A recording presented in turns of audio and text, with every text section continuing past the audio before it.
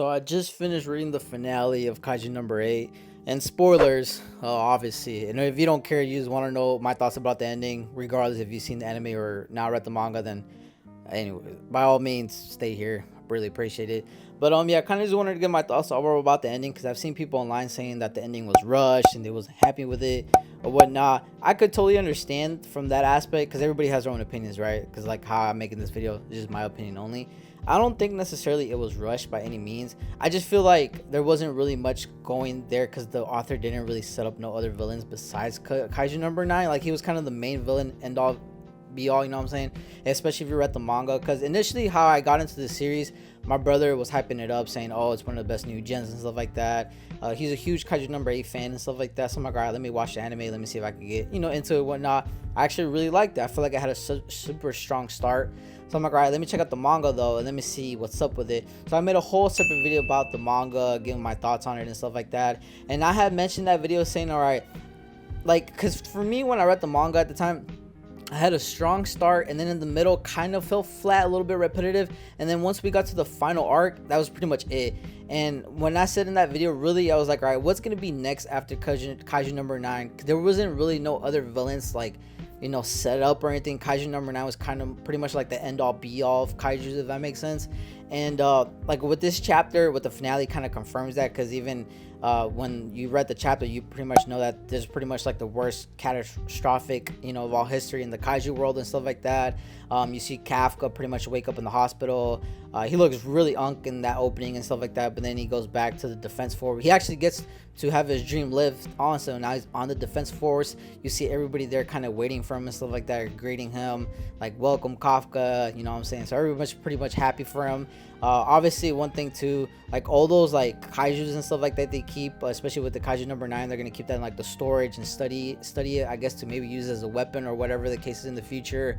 One thing too that I was disappointed with the chapter, we didn't really get a confirmation with like Kafka or Mina, so like that relationship didn't really go anywhere. So I guess it just ended up being more like a friendship, but I thought it would have developed more. But the final chapter didn't really elaborate on anything. It kind of just, I don't know, it just, to me, just kind of felt like I would have liked to have like some type of confirmation, but I guess they were just better off friends, I guess. I don't know, I was hoping for like maybe a ship, but it is what it is. And then at the very end, you pretty much I forgot the dude's name, but the dude has the bowl cut haircut or whatever, he pretty much tells Kafka like, I don't want people to know your real identity, that you're actual Kaiju number 8, keep it on the low. And then the very couple last panels, you pretty much see Kafka rescue these 2 kids and stuff like that, and he turns into a Kaiju number 8 and stuff. That's pretty much where the chapter ends. But you kind of, when you read the chapter, you realize like, oh shit, the author kind of left it open, so like if he wants to come back and revisit the series, he can, because there's still kaijus attacking the cities and stuff like that. So like I said, the ending necessarily wasn't bad, but nor I feel like it was great. It was just like a decent ending, if that makes sense. Like if I had to give the manga a rating from 1 out of 10, it'd pretty much be like a 7 out of 10. Not necessarily bad, nothing great, but it's not bad either. It's pretty much like mid, and which is not a bad thing to say. I feel like a lot of people get these like bad taste whenever people say mid.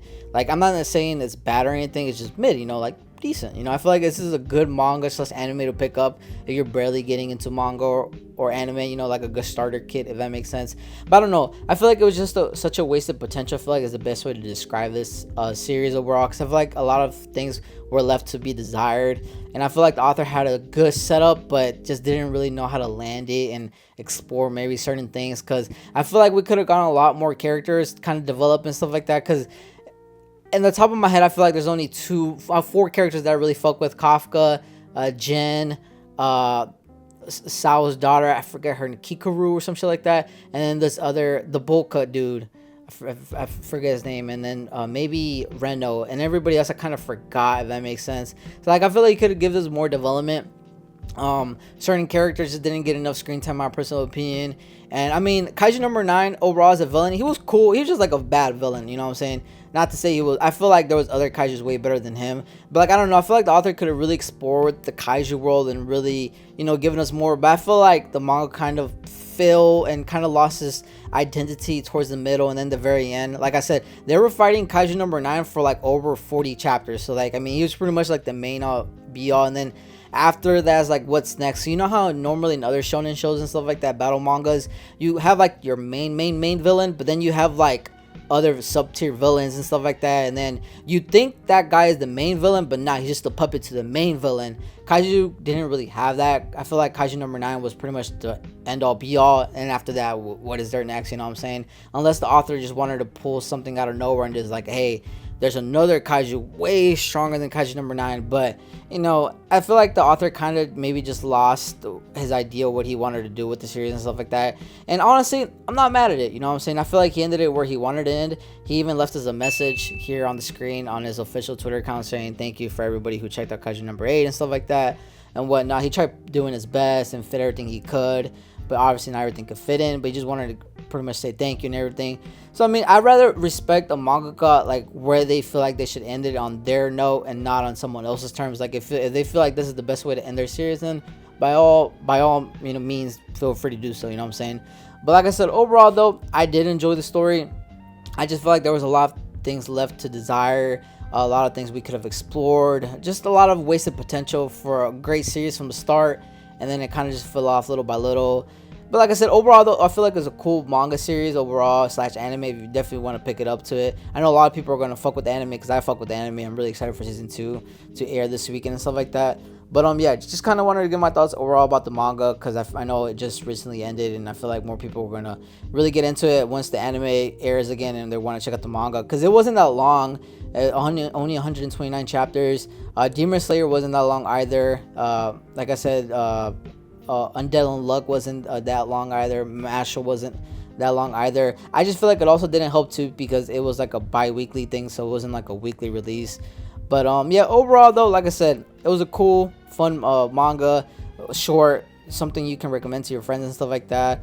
But overall though, if you guys wanted something deep or something very unique and stuff like that, it just kind of fell short in my personal opinion. But overall though, I would recommend it to people who want to get into anime and manga. But yeah, shout out to the author though. I fuck with it because obviously, you know, I watched the anime and I read the manga, so obviously I fuck with it for a reason. But yeah, just wanted to get my thoughts out there. Y'all can also leave me y'all's thoughts as well if y'all, what do y'all think about it and stuff like that, especially if y'all read the manga. Appreciate all the support. I will be reacting to like the anime videos and stuff like that, give y'all my reviews every now and then for certain episodes. And yeah, if y'all want to keep supporting me in the channel, just check out my other content. I really appreciate it a lot. And if y'all want to follow my socials, y'all can. And with that being said, and